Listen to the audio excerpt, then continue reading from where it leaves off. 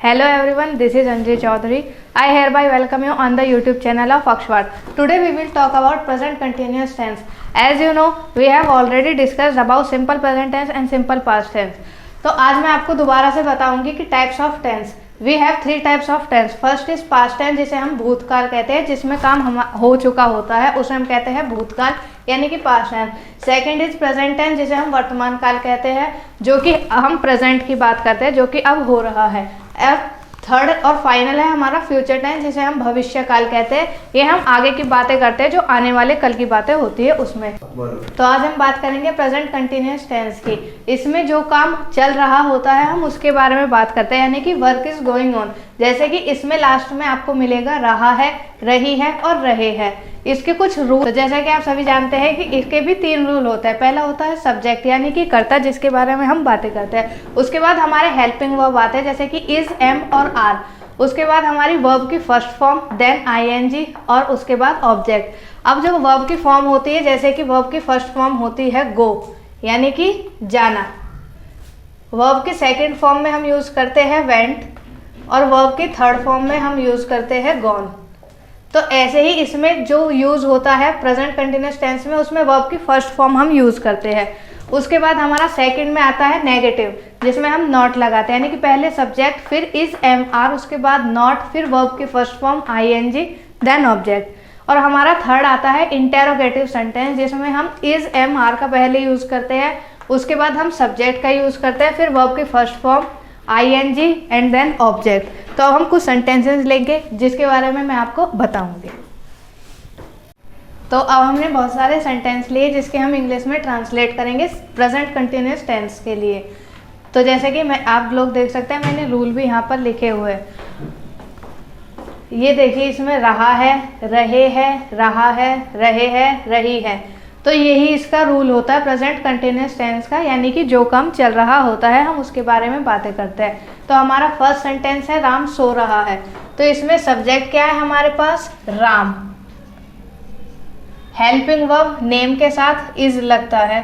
उसके बाद वर्ब की फर्स्ट फॉर्म, यानी कि वो क्या कर रहा है? सो रहा है. तो सोने को हम स्लीप कहते हैं. उसके बाद हम आईएनजी का यूज करेंगे क्योंकि ये कंटिन्यूअस की बात चल रही है. उसके बाद ऑब्जेक्ट का यूज होगा, लेकिन राम इसमें सिर्फ राम इज स्लीपिंग होगा. उसके बाद हम नेगेटिव की बात करेंगे, तो राम इज के बाद नॉट आ जाएगा, नॉट स्लीपिंग. और हमारा इंटेरोगेटिव सेंटेंस बनेगा इज राम स्लीपिंग, क्या राम सो रहा है. तो हमारा फर्स्ट सेंटेंस कंप्लीट हो चुका है. अब हम सेकंड करेंगे, बच्चे खेल रहे हैं, चिल्ड्रन. अब यहाँ बहुत सारे बच्चों की बात है, तो इसमें हम इज की जगह आर लगाएंगे. चिल्ड्रन आर खेल रहे हैं, प्ले. वर्ब की फर्स्ट फॉर्म होती है खेलने को हम प्ले कहते हैं. उसके बाद हम यूज करेंगे आईएनजी का. तो हमारा सेंटेंस बना अफर्मेटिव का, चिल्ड्रन आर प्लेइंग. अब हम नेगेटिव की बात करेंगे, तो चिल्ड्रन आर नॉट प्लेइंग. और ऐसे ही हमारा इंटेरोगेटिव का बन जाएगा आर.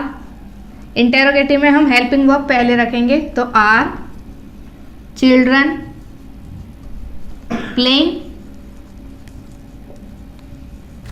ऐसे ही हमारे और सारे सेंटेंस भी बन जाएंगे. जैसे पानी उबल रहा है, तो इसको हम बनाएंगे वाटर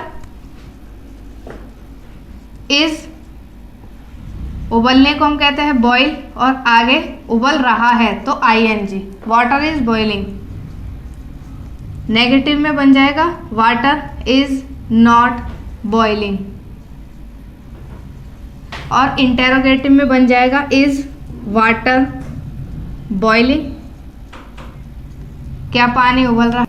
तो हम अपने नेक्स्ट सेंटेंसेस देखेंगे. जैसे कि हमारा फोर्थ सेंटेंस है पक्षी उड़ रहे हैं, तो पक्षियों को हम कहेंगे बर्ड्स. और यहाँ बहुत सारे पक्षियों की बात हो रही है क्योंकि यहाँ रहे हैं आ रहा है, तो हम लिखेंगे बर्ड्स आर फ्लाइंग. और नेगेटिव में करने के लिए हम इसमें नॉट लगा देंगे कि बर्ड्स आर नॉट फ्लाइंग. ऐसे ही इंटेरोगेटिव में करने के लिए हम पहले हेल्पिंग वर्ब लगाएंगे, आर बर्ड्स फ्लाइंग, क्या पक्षी उड़ रहे हैं, और फिर क्वेश्चन मार्क। उसके बाद हमारा नेक्स्ट सेंटेंस है कि रानी खाना खा रही है। तो रानी यानी कि नाम है तो इसके साथ हम इज लगाएंगे, इज, ईट के बाद ING, eating food. Rani is not eating food. After that हमारा interrogative sentence is Rani eating food and then question mark. उसके बाद हमारा नेक्स्ट सेंटेंस है कि नीता पढ़ रही है। तो नीता इज स्टडिंग, स्टडी के बाद ING क्योंकि यह कंटिन्यूसली चल रहा है। उसके बाद नीता इज नॉट स्टडिंग। फिर आता है हमारा इंटेरोगेटिव, उसमें हम क्वेश्चन के उससे देखते हैं। तो इज नीता, क्या नीता पढ़ रही है, स्टडिंग, देन क्वेश्चन मार्क। ऐसे ही हमारे और सब्जेक्ट हो जाएंगे और सेंटेंस के, जैसे कि मानसी गाना गा रही है। तो इसमें हम सब्जेक्ट हमारा क्या है, नाम, यानी कि जो करता होता है, जो काम कर रहा है, यानी कि मानसी। अब वो क्या कर रही है, गाना गा रही है। तो उसके बाद हेल्पिंग वर्ब यानी कि इज, गाने को कहते हैं सिंग। उसके बाद हमारे लग जाएंगे ING क्योंकि ये चल रहा है कंटिन्यूअस सेंटेंस। तो Mansi is singing song, Mansi गाना गा रही है। उसके बाद आता है हमारा मानसी इज नॉट, क्योंकि ये सेंटेंस हमारा नेगेटिव में है। तो इसमें आएगा Mansi is not singing song. उसके बाद हम इंटेरोगेटिव की बात करेंगे। तो इज मानसी सिंगिंग सॉन्ग, क्या मानसी गाना गा रही है। उसके बाद हम बात करते हैं वे पढ़ रहे हैं। तो इसमें हम करेंगे दे आर स्टडिंग, क्योंकि दे के साथ हम आर का यूज करते हैं।